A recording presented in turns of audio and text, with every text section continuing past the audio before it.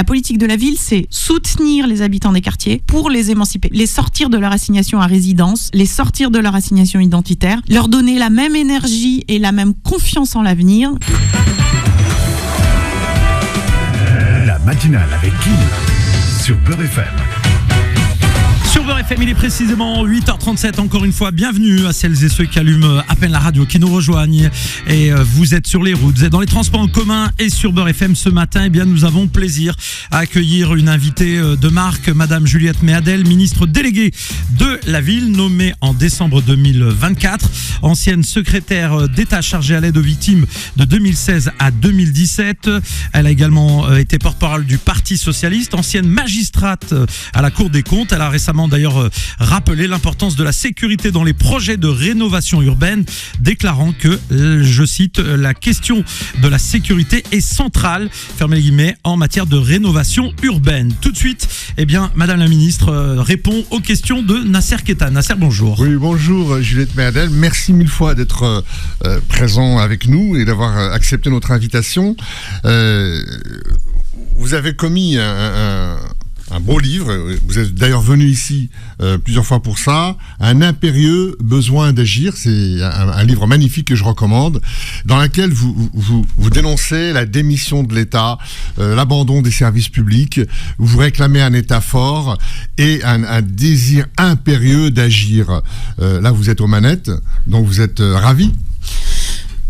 Heureuse de pouvoir mettre mes convictions et mon énergie au service des habitants des quartiers politiques de la ville, puisque ce beau ministère qui est le ministère de la ville, c'est le ministère du service public dans les zones les plus fragiles. On appelle ça maintenant les zones prioritaires. En réalité, c'est des zones du territoire qui sont marquées par des habitants qui ont un taux de pauvreté assez important. Et mon objectif, c'est précisément de me dédier à eux et de leur donner accès aux services publics. Alors, on va y revenir dans un instant sur la politique de la ville. Et tout de suite, on ne vous a pas entendu réagir au meurtre du jeune Elias. C'était volontaire ? Non, j'ai fait une petite réaction sur Twitter, parce que d'abord, j'ai été très touchée, très choquée. Moi, je ne vous cache pas que, comme toute la France, et il se trouve en plus que j'habite pas très loin, à Montrouge, et que la Porte d'Orléans, c'est vraiment à côté de la maison. Très touchée parce que un jeune adolescent qui se fait poignarder pour un téléphone portable, enfin, c'est vraiment, on a l'impression que on vit dans une zone de non-droit. Donc je pense à lui, je pense à sa famille, je pense à tous ses amis du collège lycée Montaigne, et je suis très très touchée, très choquée. En même temps, j'ai reçu plein de courriers de parents, puisque j'habite ce coin, puis j'ai été élue dans le 14e, qui veulent lancer une marche blanche. Il y a une émotion profonde. Le petit Elias, je pense, va marquer un rapport très très douloureux à la question de la sécurité en France, et de ce point de vue-là, l'enquête est en cours et le ministre de la Justice suivra évidemment l'enquête comme tout un chacun et comme nous. Alors, question à la ministre de la Ville que vous êtes.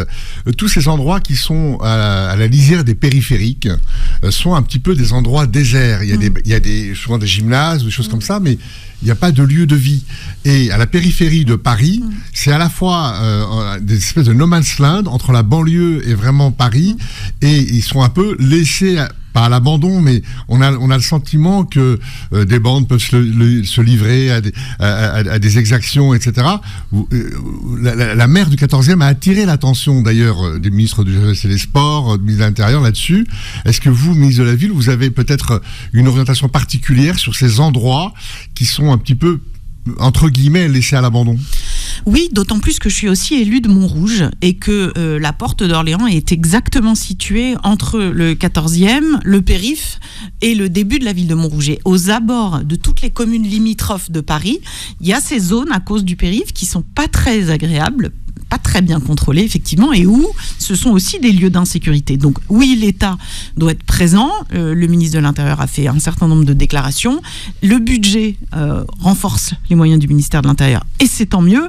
Maintenant, moi, en tant que ministre de la Ville, mon objectif, c'est de travailler sur toute la phase amont, c'est-à-dire c'est d'empêcher, d'œuvrer, de prévenir ces comportements criminels, ces comportements violents qui sont absolument scandaleux, et d'intervenir dans la phase de l'éducation, de l'environnement, de ces enfants, parce que ces 2 jeunes qui ont tué Elias étaient jeunes eux aussi, et donc l'enjeu c'est comment on fait pour éviter qu'ils ne tombent dans ce type de violence et de criminalité, et c'est ça l'objectif de la politique de la ville. Alors, on rentre un petit peu dans votre action. Vous déclarez chez nos confrères de RFI le 24 janvier, donc il n'y a pas très longtemps, « Je veux donner le pouvoir aux femmes dans les quartiers ». Ça veut dire quoi, le pouvoir aux femmes ? Et pourquoi les femmes spécialement ? Parce que les femmes sont des piliers dans nos sociétés, et qu'en particulier, elles ont un rôle que beaucoup d'économistes ont montré comme décisif pour l'investissement et l'entreprise.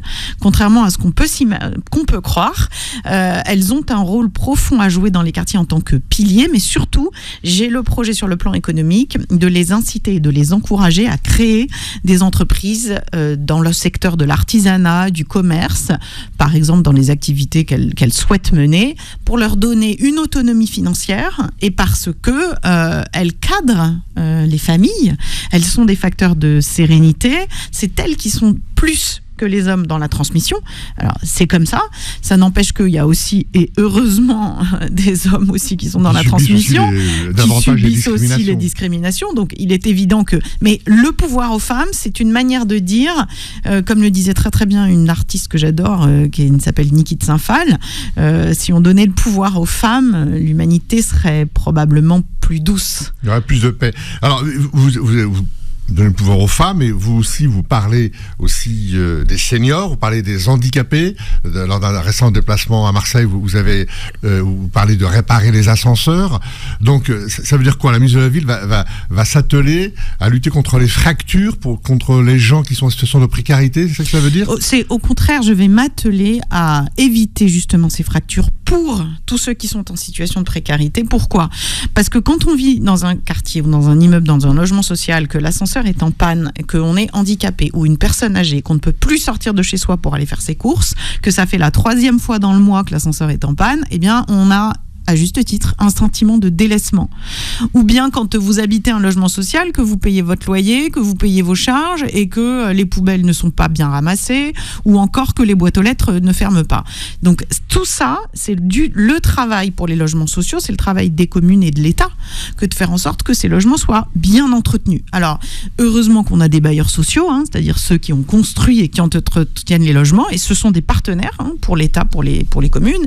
Et donc moi, je veux, dans une démarche collective, qu'ensemble, on améliore les conditions de vie. Et donc, je veux faire en sorte que on règle peu à peu les problématiques de ce type. Vous proposez une mesure notable, c'est de conditionner l'abattement de la taxe foncière sur les propriétés bâties à l'entretien des logements sociaux, notamment des ascenseurs. Alors, en fait, aujourd'hui, il y a déjà un abattement, c'est-à-dire que les communes et l'État consentent déjà un abattement de TFPB, c'est un peu technique, pour les bailleurs sociaux. En clair, ça veut dire que eux, ils ont l'obligation d'entretenir et de surentretenir surtout les logements sociaux. En échange de quoi, ils ont une aide.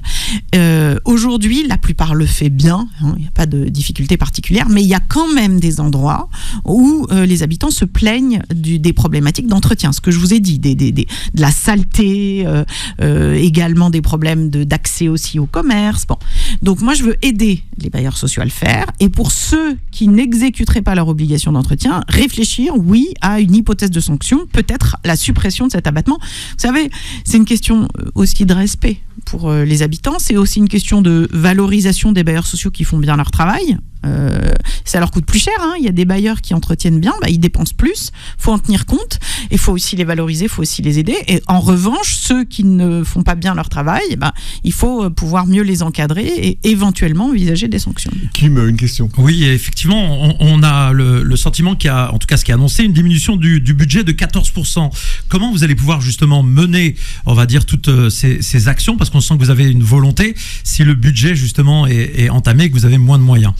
Alors le budget n'a pas encore été voté, comme vous le savez, et pour le moment, j'ai débattu au Sénat en ce sens-là, et le Premier ministre et le ministre des collectivités locales m'ont aidé, ont fait en sorte que le budget de la politique de la ville soit à peu près stable par rapport à 2024. Mais attention, la loi n'est pas votée. Donc aujourd'hui, comme vous le savez, il va y avoir un débat en commission mixte paritaire, c'est-à-dire encore devant le Parlement, jusqu'à fin février. On ne sait pas ce qui peut se passer d'ici là, mais disons que pour le moment, la politique de la ville n'a pas fait l'objet de coupes sombres. Maintenant, nous verrons bien si c'est maintenu.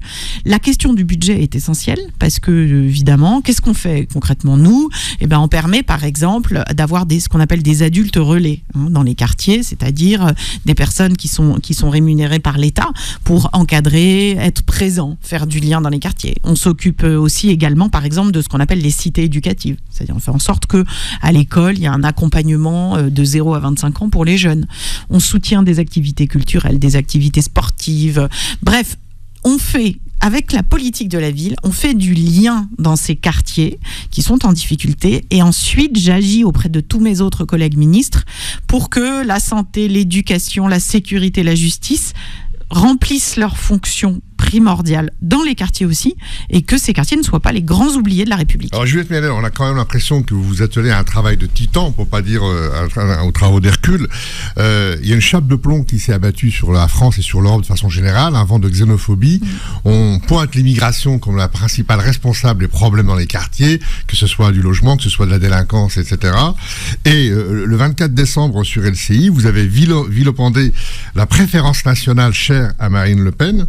Et hier, le Premier ministre, François Bayrou, a parlé de submersion, qui est quand même l'alter ego du grand remplacement, si on veut bien lire.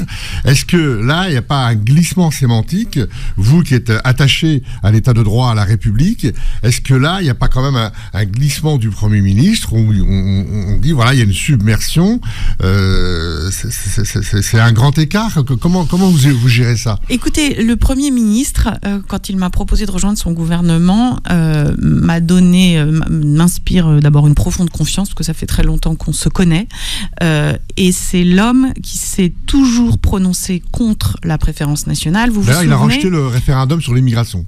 Exactement. Ouais. Et vous vous souvenez que au moment de la loi sur l'immigration, il s'était prononcé, comme je l'avais fait moi aussi dans la presse, contre la préférence nationale. C'est-à-dire qu'un immigré en situation régulière, qui paye ses impôts, qui est en situation régulière et qui travaille, il a les mêmes droits qu'un Français. Donc il n'y a pas de différence à faire. On ne fait pas de distinction selon les origines. Juliette Méadel, on a quand même l'impression qu'avec les déclarations du ministre Retailleau et d'autres, on va fabriquer des clandestins. C'est-à-dire qu'on va empêcher des gens d'avoir des renouvellements de récépissés. Et d'ailleurs, Retailleau dit, c'est pas un droit d'avoir... Si, c'est un droit. Le droit, il est acquis par le travail, il est acquis par la présence. Et donc, commencer comme ça à bille en tête, je veux dire, ce qui se passe aujourd'hui, ce serait passé il y a quelques années, on aurait eu des millions de personnes dans la rue. Aujourd'hui, c'est l'atonie totale. Comment gérer, François Bayrou est connu pour sa tolérance et l'homme du juste milieu, mais comment gérer cette pression xénophobe qui va des États-Unis jusqu'en Asie, on voit les dégâts que fait Trump un peu partout. Comment vous qui êtes vent debout contre ces idées violentes de préférence nationale, de grand remplacement, etc., qui est aussi une femme de gauche, on y reviendra tout à l'heure, comment vous vous en sortez parce que la politique de la ville, elle est centrale dans ces domaines. Mais vous savez, la gauche, précisément, c'est celle qui protège dans la République tous les citoyens qui sont des citoyens parce qu'ils ont choisi la France et qu'ils sont en situation légale et qui ne fait pas de distinction selon les origines. Après, vous faites référence à l'immigration clandestine. Et il est certain qu'à partir du moment où on n'est pas en situation régulière en France, eh bien, le droit fait que on doit faire l'objet d'une mesure de reconduite à la frontière. On applique le droit. Pourquoi je vous dis ça ? Parce que vous voyez dans les quartiers politiques de la ville, eh bien, moi, je vois que dans nos services publics, on a encore des progrès à faire pour le nombre de moyens qu'il y a à l'hôpital, pour les places d'accueil à l'école, etc. Et donc, moi, je souhaite qu'on soit parfaitement à la hauteur dans l'accueil de tous, y compris, évidemment, dans l'accueil des immigrés en situation régulière. Et pour l'être de façon correcte, il faut être impeccable sur le respect des droits humains et impeccable aussi sur les politiques d'intégration que nous devons mener. Et aujourd'hui, nous avons beaucoup de progrès à opérer pour que la logique des droits et des devoirs s'applique, pour que, quel que soit votre territoire, vous ayez accès à l'école et vous ayez accès à la santé. Et ça, c'est un très gros travail. On ne peut pas aujourd'hui dire « je protège la République » et dire en même temps on ouvre la porte à toute l'immigration irrégulière et à toute l'immigration d'Europe. C'est pas possible. Michel Rocard l'avait très bien dit.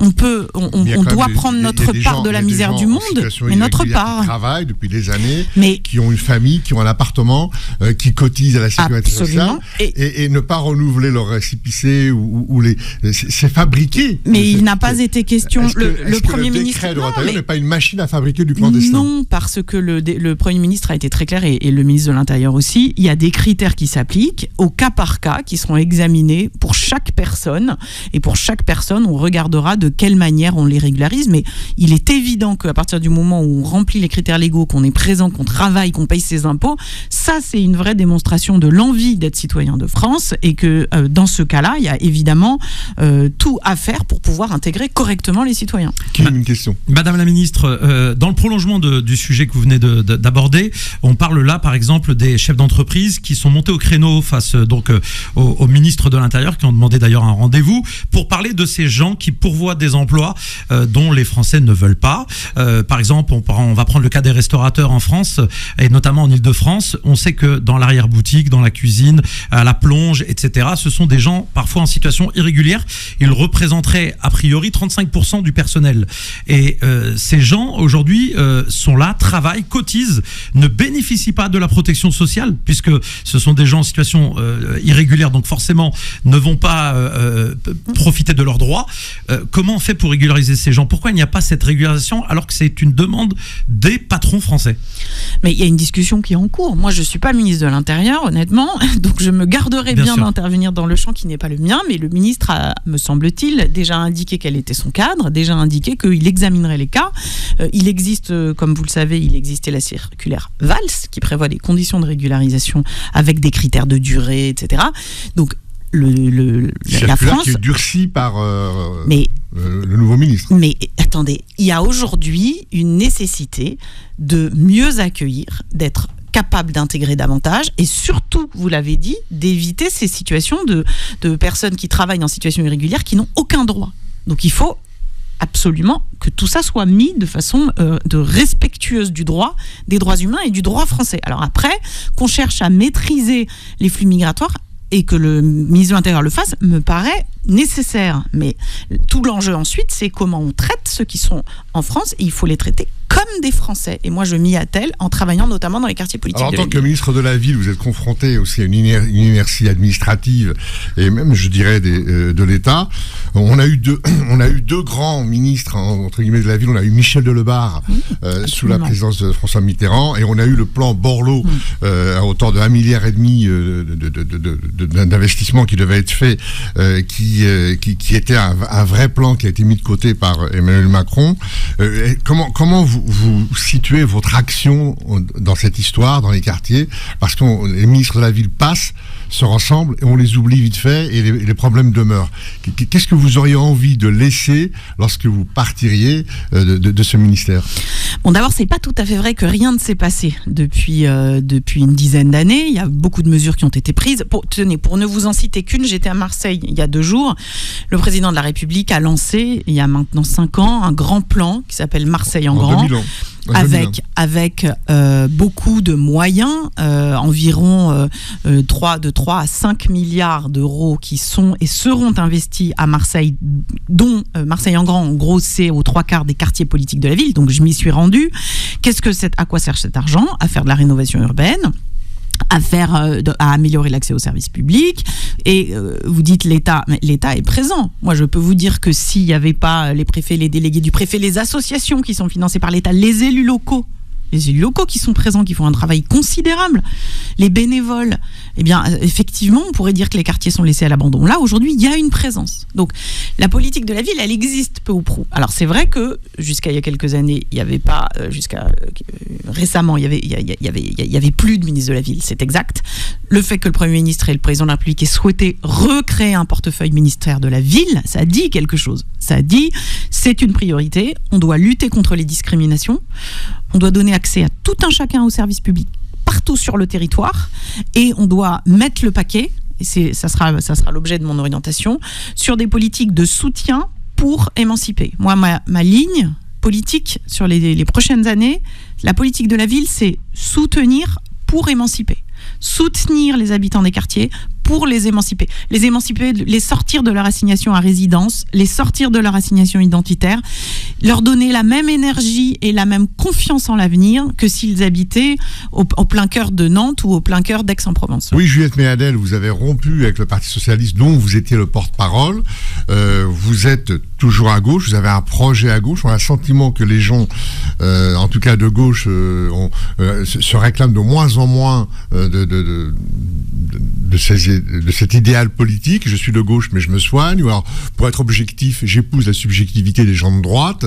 Vous dites clairement dans votre livre et dans vos actions, il faut rebâtir la gauche. C'est votre formule, rebâtir. Vous la rebâtissez comment ? Justement, en travaillant à la République. Qu'est-ce que ça veut dire ? Je veux lutter contre toutes les fractures. Vous voyez, moi, je suis de la gauche de Clémenceau, de la gauche de Léon Blum, de celle qui ne distingue pas les gens selon leurs origines. Une partie de la gauche aujourd'hui, qui s'est fourvoyée avec les insoumis, distingue les gens selon leurs origines. Et vous voyez, le communautarisme consiste à faire des catégories en fonction de d'où vous venez. Non, moi je considère que vous êtes en France, vous êtes un citoyen de France, vous vivez en France. Je ne vous pose pas la question de vos origines, vous êtes comme les autres, je ne distingue pas. Et pour moi, la République, c'est ça. Donc j'œuvre dans les quartiers avec aussi des ministres dont je ne partage pas tout au gouvernement. Est-ce que je suis alignée sur tout ce que dit M. Retailleau ? Non.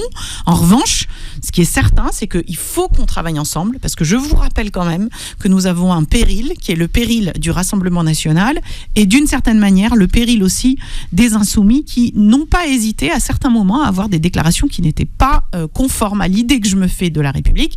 Je lutterai toute ma vie contre le racisme, contre l'antisémitisme, et la gauche dont je me revendique, c'est la gauche de la République française, celle qui ne distingue pas selon les origines. Et ça, c'est fondamental pour l'avenir de notre pays. Alors, pour terminer, vous savez, Beurre FM émet dans une quarantaine de villes en France. On a des villes comme Toulouse, Grenoble ou Saint-Étienne. Il y a des défis variés qui se posent, comme à Rouen, à Roubaix.